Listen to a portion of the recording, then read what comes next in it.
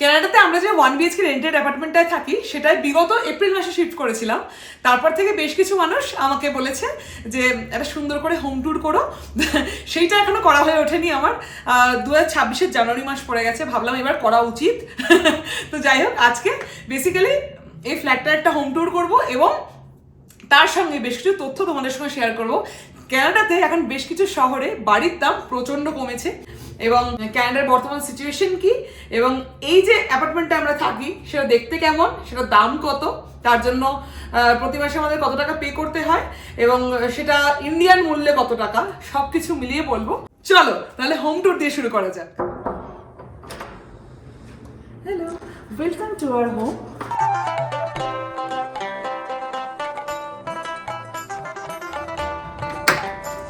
তো যাই হোক, বাড়িতে ঢুকেই প্রথমে রয়েছে দুদিকে দুটো স্টোরেজ।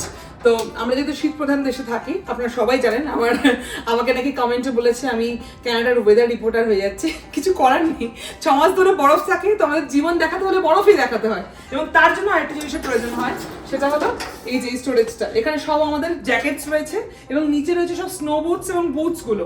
আর এই যে কার্পেটটা রয়েছে এটা খুবই প্রয়োজনীয় আর কি এখানে থাকাটা। তার কারণ হলো এই যে বরফ মাখা জুতোগুলো পরে আসি, এখানে ভালো করে মুছে তারপর জুতোটা রাখতে হয়, নাহলে কাদা কাদা আর কি মাখা জুতো সব রয়ে যাবে আর কি, যাই হোক নষ্ট হয়ে যাবে। দ্যাটস ওয়াই এটা হলো। আর এদিকে একটা বিশাল বড় স্টোরেজ রয়েছে, তো সেই স্টোরেজটা খুব একটা যে গোছানো তা নয়, সেগুলো দেখাচ্ছি না, কিন্তু প্রচুর জায়গা। এবার 3 বছর থাকার ফলে যা হয় আর কি, প্রচুর জিনিসপত্র হয়েছে টুকটুক টুকটুক করে। তো সেসব জিনিসপত্র যত স্টোরেজের ভিতরে ঢুকিয়ে রাখবো তো ঘর বাড়ি সুন্দর লাগে। এই হলো ব্যাপার। তো এই হলো ব্যাপার। এবার ঢুকেই প্রথমে আচ্ছা ঠিক আছে, চাবি রাখার জায়গা হলো। এবার এটা হলো আমাদের ঠাকুর ঘর। ঠাকুর ঘরটা নিচু হোক, ক্যামেরাটাকে নিয়ে নিচু হওয়া, তাহলে বোঝাতে পারবো। ঠাকুর ঘরে আমরা এনেছিলাম দুজনে মিলে সর্বসাকুল্যে মনে হয় 5-7 জন ঠাকুরকে, এবং এখানে এসে টুকটুক টুকটুক করে বাড়তে বাড়তে এত ঠাকুর হয়ে গেছে, তার জন্য এই স্টোরেজটা কেনা হয়েছে। এবং নিচে আমি এখন যেহেতু স্নান করা নেই তার জন্য আমি দরজায় হাত দিচ্ছি না, বাইরে থেকে দেখা যাচ্ছে নিশ্চয়ই। তো নিচে এই স্টোরেজটা কেনা হয়েছে এই মানে থাকে ঠাকুরকে সাজিয়ে রাখার জন্য। তো এই হলো গল্প। তো এই ঠাকুরঘরটা খুবই সুন্দর, তার কারণ হলো আমাদের জন্য আমরা ঢুকেই প্রথমে ঠাকুর দেখতে পারি। এবার ক্যামেরাটা ঘোরালি দেখাতে পারবো। এদিকে হলো আমাদের ঘর, ফলে ঘুম থেকে উঠে যখন বেরোই প্রথমে ঠাকুর দর্শন করতে পারি। দ্যাটস ওয়াই আমাদের এইটা আর কি খুব প্রপার মানে জায়গা হয়েছে। তো যাওয়ার সময় যেমন ঠাকুর নমস্কার করে যেতে পারি এবং ঘুম থেকে উঠে যেতে পারি, মানে একদম বাড়ির সেন্টারে হলো আমাদের ঠাকুর ঘর। এই হলো ব্যাপার। তারপরে ঘরে ঢোকার আগে একটা জিনিস দেখাবো, সেটা হলো এটা আমার নিজের হাতে বানানো। তো এখানে আর কি কাঠের ফ্রেমটা কিনেছিলাম এবং তারপরে রং করে এটা লিখেছি।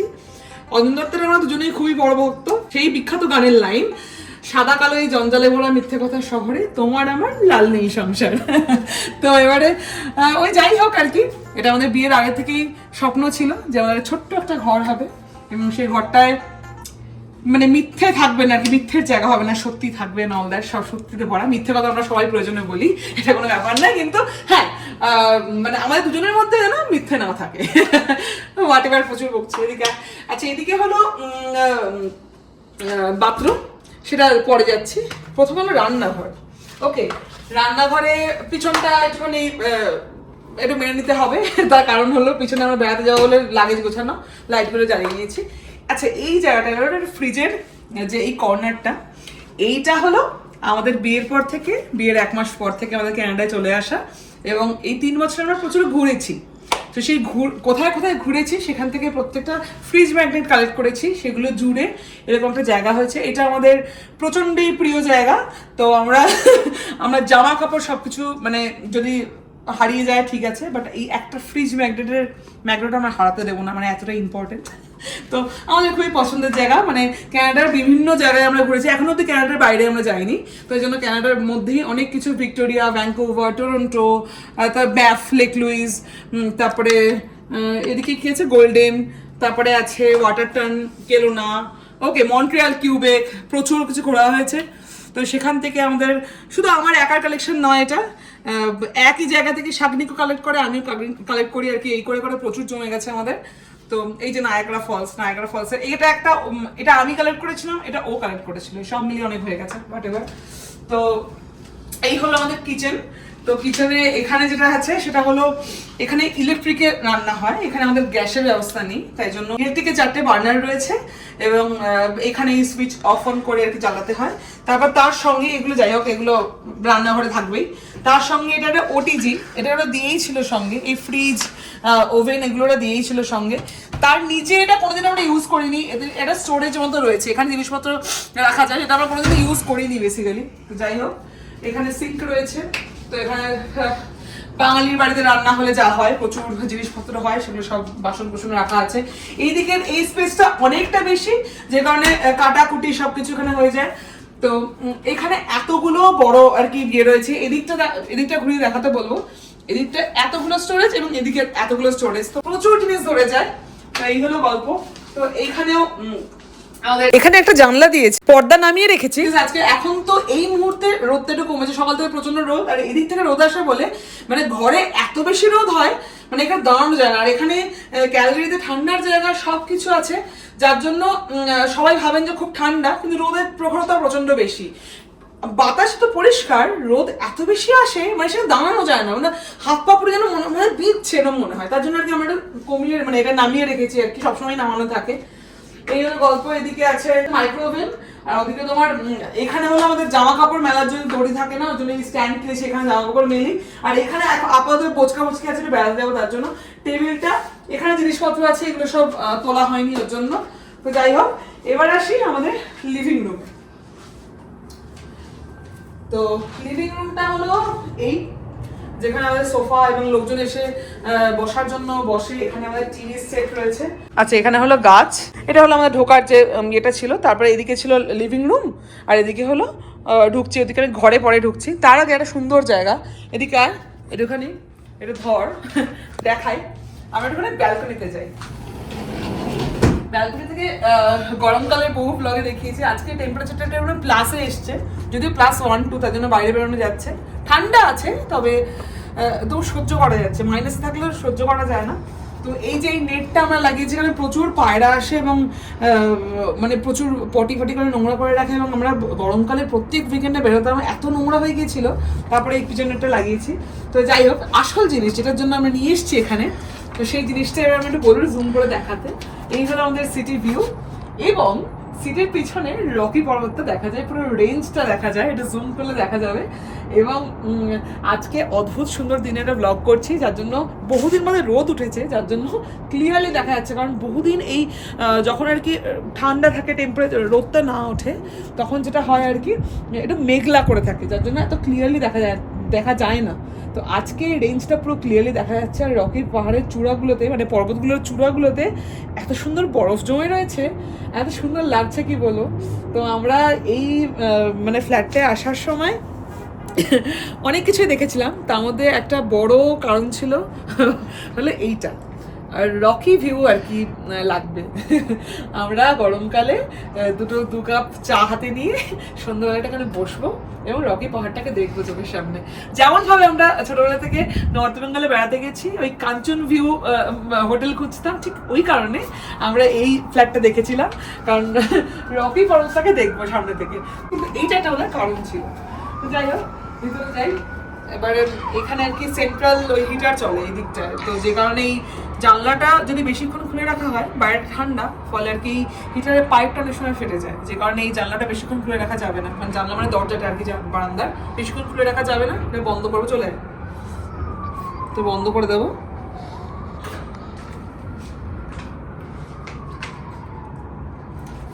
টাইট হয়েছে, বহুদিন ধরে বন্ধ আছে, ঠিক আছে, কারণ এটা বেশিক্ষণ খুলে রাখলে আবার ওই জিনিসটা হয়, যে কারণে আমরা বেশিক্ষণ খুলে রাখতে পারি না।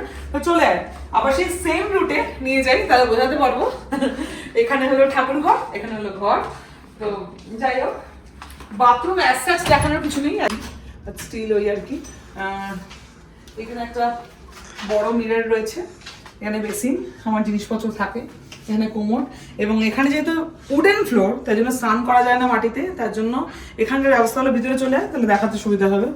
এখানকার ব্যবস্থা হলো তোমার এই বাথটাব রয়েছে, বাথটাবের মধ্যে এই শাওয়ারে স্নান করতে হয়, এই হলো গল্প। তো যাই হোক, তো এবারে বাথরুম হয়ে গেল। এবারে আমাদের লাস্ট মানে জায়গা বাড়ির, সেটা হলো আমাদের শোয়ার ঘর। তো এই হলো গল্প। এইখানকার তুলনামূলক ঘরটা বেশ বড়ই দিয়েছে এবং এই জানলাটা, এই যে বড় জানলাটা, তার পাশে হলো সামনে অফিস করতে বসে এবং এই জানলা থেকে প্রচন্ড রোদ আসে, তো ফলে এই জায়গাটা খুবই কোজি আর কি। তো এর পাশে একটা টেবিল আছে যেখানে আমি কাজকর্ম করিয়ে নেওয়া। তো এবারে এইটা হলো আমার স্বাধীনের একটা টেবিল। তো বেসিক্যালি একটা টেবিল নয়, আইকিয়া থেকে কেনার দুখানা টেবিল পাশাপাশি বসে একটা টেবিল করা হয়েছে। এখানে আয়না এবং এইখানে একটা বিশাল বড় স্টোরেজ দিয়েছে, কারণ আমাদের তো জামা কাপড়ের তো কোনো শেষ নেই, তো ফলে যদিও খুবই অগোছালো করা এখন, বাট ঠিক আছে। এই বিশাল বড় জায়গা যেখানে আমার সামনেকে মানে জামা কাপড় থাকে, যাবতীয় জিনিসপত্র। আর ওইখানে বাইরেটা তো বেশ কিছু জিনিস রয়েছে, কারণ আমার যে আউটার ওয়্যার যেগুলো আর কি, মানে জ্যাকেট ট্যাকেট যেগুলো পরে বেরোতে হয় সেগুলো ওখানেই থাকে, আর এমনি জামা কাপড় এখানে থাকে। এই হলো গল্প, এই হলো আমাদের ঘর। যাই হোক, আমরা ব্লগ শুরু করেছিলাম এখান থেকেই। তো এবারে আচ্ছা, ওকে নিয়ে এসেছি, তার কারণটা হলো আমি হিসেব নিকেশে বড্ডই কাঁচা এবং ওর উপর ডিপেন্ডেন্ট। দ্যাটস ওয়াই আমি দেখলাম যে ঠিকঠাক জিনিসপত্র ওই বলতে পারবে, এই জিনিসগুলো আমি একটু কম বুঝি। বাট ঠিক আছে, আমাদের মোটামুটি এই ফ্ল্যাটের মধ্যে যেটা রয়েছে সেটা হলো ইউটিলিটিস সব কিছুই রয়েছে এক্সেপ্ট ওয়াশিং মেশিন। তো ওয়াশিং মেশিনটা আমাদের বিল্ডিংয়ে একটা কমন জায়গা রয়েছে, যেখানে গিয়ে অনেক ওয়াশিং মেশিন এবং ড্রায়ার থাকে, তো সেখানে গিয়ে আমরা কেচে আসি এবং ওই ড্রায়ারের জন্য আবার ড্রাই করে একদম নিয়ে আসি, যার জন্য এখানে আমাদের শুকানোর ব্যাপার থাকে না, কারণ এখানে শুকানো সম্ভবও না, ঘর যেহেতু বন্ধ থাকে আর কি। তো যাই হোক, তো সবকিছু মিলে আমাদের এই ফ্ল্যাটে থাকার জন্য আমরা কত রেন্ট দিই? পার্কিং ছাড়া $1650 পার মান্থ। ওকে। আর পার্কিং নিলে প্রায় $160 এক্সট্রা। এটা যদি ইন্ডিয়ান কারেন্সিতে কনভার্ট করিস তাহলে যদি আজকের এক্সচেঞ্জ রেট অনুযায়ী, আচ্ছা ডলার মানে ক্যানাডিয়ান ডলার, ঠিক হ্যাঁ। আছে। তো এবার সেই ক্যানাডিয়ান ডলার, তো সেটা আইএনআর ট্রান্সফার করে বল। যদি আজকের এক্সচেঞ্জ রেট অনুযায়ী তুই মানে কনভার্ট করিস তাহলে সেটা হচ্ছে 1,07,000 টাকা only for this home, this unit, only for this unit, ঠিক আছে। আর যদি পার্কিং নিস তার সাথে তাহলে অ্যাডিশনাল অ্যারাউন্ড $160, তো অ্যাডিশনাল আরো 10,000 10,500 টাকা মতো অ্যাডিশনাল দিতে হবে। হ্যাঁ, দিতে হয়। পার্কিং নিয়ে যদি ইউনিটটা নেওয়া হয় তাহলে প্রায় 1,18,000 টাকা মতো দিতে হবে পার মান্থ। প্রত্যেক সপ্তাহে মোটামুটি একবার করে কাচতে যাই আমরা, তাই জন্য এবার আমাদের ওইখানে ওইগুলো অ্যাড হয়। সে কারণে ওয়াশিং মেশিনে আমরা মানে পার ওয়াশিং মেশিনে কাচার জন্য কত টাকা দিই আমরা? একবারে ওয়াশিং মেশিনে কাচার জন্য $3.75, তার সঙ্গে ড্রাই করতে দিতে হয়, ড্রাই করার জন্য অ্যাডিশনাল $2.75। যদি তুই ক্যালকুলেট করিস তাহলে 3.75 প্লাস 2.75 তো $6.5। রিসেন্টলি ক্যানাডার যে কন্ডিশন, তাতে করে এখান থেকে ইমিগ্রেন্টসরা বহু মানে সুযোগ সুবিধা কম পাওয়ার জন্য ফিরে যাচ্ছে, যে কারণে ইন্টারন্যাশনাল স্টুডেন্টসদেরকে মোটামুটি 50% মানে তারা চলে গেছে আর কি ক্যানাডা ছেড়ে। মানে ওর মতো যারা ওয়ার্ক পারমিটে রয়েছে এখানে, তারাও মোটামুটি 30% মতো তারা ইন্ডিয়াতে ব্যাক করেছে। যে কারণে এখন একটা জিনিস হচ্ছে, সেটা হলো একটা সময় ক্যানাডা জানিয়েছিল তাদের হাউজিং ক্রাইসিস হচ্ছে, কিন্তু এখন লোক এত কম, এবার ভাড়া বাড়ি কারা নেয়, যারা ইমিগ্রেন্টস, তারা যারা আর কি টেম্পোরারি রয়েছে এখানে, তারাই ভাড়া বাড়িতে থাকে। যারা এখানে ক্যানাডিয়ান সিটিজেনশিপ, তাদের তো নিজস্ব বাড়ি রয়েছে। যে কারণে এই ইমিগ্রেন্টসদের পরিমাণ কমে যাওয়ার জন্য বেশ কিছু শহর ক্যানাডাতে, মানে সমগ্র ক্যানাডা জুড়েই বেসিক্যালি বাড়ির দাম বেশ কমেছে। এই যে বাড়িতে আমরা এখন রয়েছি, সেই বাড়ির জন্য আমরা যে খরচাটা করি 1650 ক্যানাডিয়ান ডলার, তো সেইটা এখন মোটামুটি অ্যাড দেয়া দেখি এখন 1250 মোটামুটি পাচ্ছে লোকজন। দাম ভ্যারি করে, তো 1250 হয়তো একদম নিচের দিকে যে ইউনিটগুলো আছে, ধর 6th ফ্লোর 7th ফ্লোরে যে ইউনিটগুলো আছে, বা মানে up to 10th 11th floor যে ইউনিটগুলো আছে এবং যেগুলোর ভিউ ব্লক, সেগুলোর জন্য একটু দাম কম হয়তো। কিন্তু যেগুলো ওপেন ভিউ, সাউথ ফেসিং, যেখানে রকি ভিউ আছে, সেই ইউনিটগুলোর দাম অ্যারাউন্ড 1450, ম্যাক্সিমাম 1500 এর মধ্যে পাওয়া যায়। মিনস অ্যাটলিস্ট $150 ক্যানাডিয়ান ডলার তো কম হবেই। এতটা কমেছে। তো এবার সেই সবকিছু মিলিয়ে দেখছি চারদিকেই বাড়ির দাম কমেছে, এবং এই ঘটনাটা বেশ কিছু ব্লগ দেখে জেনেছি। অফকোর্স আমি তো আর সবগুলো শহরের গল্প জানি না, বেশ কিছু ব্লগ দেখে জেনেছি যে জিটিএ মানে টরন্টোর যে আশেপাশের জায়গাটা আর কি, তো সেখানেও বেশ মানে বাড়ির দামও কমেছে এবং এই রেন্টেড অ্যাপার্টমেন্টের দামও কমেছে। তো স্বাভাবিকভাবে কানাডাতে এখন বাড়ির দাম তুলনামূলকভাবে কম, এই হলো ব্যাপার। তো সেটা কতদিন থাকবে কি বৃত্তান্ত আমি জানি না, লোকজন যেহেতু কমছে সে কারণে দামটা তো কমছে বটেই। তবে আমরা ডাউন টাউনের একদম সেন্টারে থাকি, তো ডাউন টাউন থেকে একটু পিছনে গেলে বাড়ির দাম এখানে বেশ কম। এবং আরো একটা ব্যাপার আছে, এখানে বাড়ির অনেক ক্যাটাগরি হয়। হ্যাঁ, নতুন বাড়ি, নিউলি কনস্ট্রাক্টেড বাড়ি আছে, বা অ্যাটলিস্ট 20 or 25 ইয়ার্স আর্লিয়ার কনস্ট্রাকশনও আছে। তো যেগুলো পুরোনো বাড়ি সেখানে দামটা একটু কম, কিন্তু সেগুলোর অ্যাডভান্টেজ আছে কিছু। অ্যাডভান্টেজ হচ্ছে সেগুলোর রুমগুলো অনেক বড় বড় হয়। রাইট। নতুন যেই মানে নিউলি কনস্ট্রাক্টেড যেই রুমগুলো হয় সেগুলো অনেক ছোট ছোট রুম হয়, চকচকে, খুবই চকচকে, অ্যামিনিটিস প্রচুর আছে, কিন্তু এতটাই ছোট যে মানে সত্যি একটু কষ্টকর থাকার জন্য। হ্যাঁ, আমাদের এই রুমটা 1 BHK হলেও এর প্রায় স্কোয়ার ফিট যদি হিসাব করা যায় অ্যারাউন্ড 700 স্কোয়ার ফিটের কাছাকাছি। বাট ওরা তাও এটাকে 1 BHK বলছে। কিন্তু যদি 1 BHK নিউলি কোনো অ্যাপার্টমেন্টে যাওয়া যায়, নিউলি ডেভেলপড, তো সেটা মানে এর 50% স্পেস হবে সেই অ্যাপার্টমেন্টগুলোতে, বাট সেগুলো একদম মডার্ন ইকুইপমেন্টসে লোডেড থাকবে, প্লাস তার ভিউ অনেক বেটার হবে। তো ওয়ালগুলো অনেক হিটিং ক্যাপাসিটি অনেক বেশি হবে। তো ভালো দিকও আছে, খারাপ দিকও আছে। ঠিকই। এই সব কিছু মিলিয়ে আর কি কানাডার মানে রেন্টেড অ্যাপার্টমেন্টের পরিস্থিতি এখন এইরকম। তো তো যাই হোক, আমাদের রুম ট্যুর কেমন লাগলো অবশ্যই জানিও। আমি চেষ্টা করেছি একটু গুছিয়ে রাখার, আমরা দুজনে মিলেই চেষ্টা করেছি বেসিক্যালি গুছিয়ে রাখার। তো হোয়াট এভার, তো এবার সেই সমস্ত সব কিছু মিলিয়ে ভিডিওটা কেমন লাগলো অবশ্যই জানিও কমেন্ট বক্সে। আর ভিডিওটা ভালো লাগলে আমার চ্যানেলটাকে অবশ্যই সাবস্ক্রাইব করে দিও। তো যাই হোক, দেখা হচ্ছে পরের ব্লগে। আজকের মতো বাই।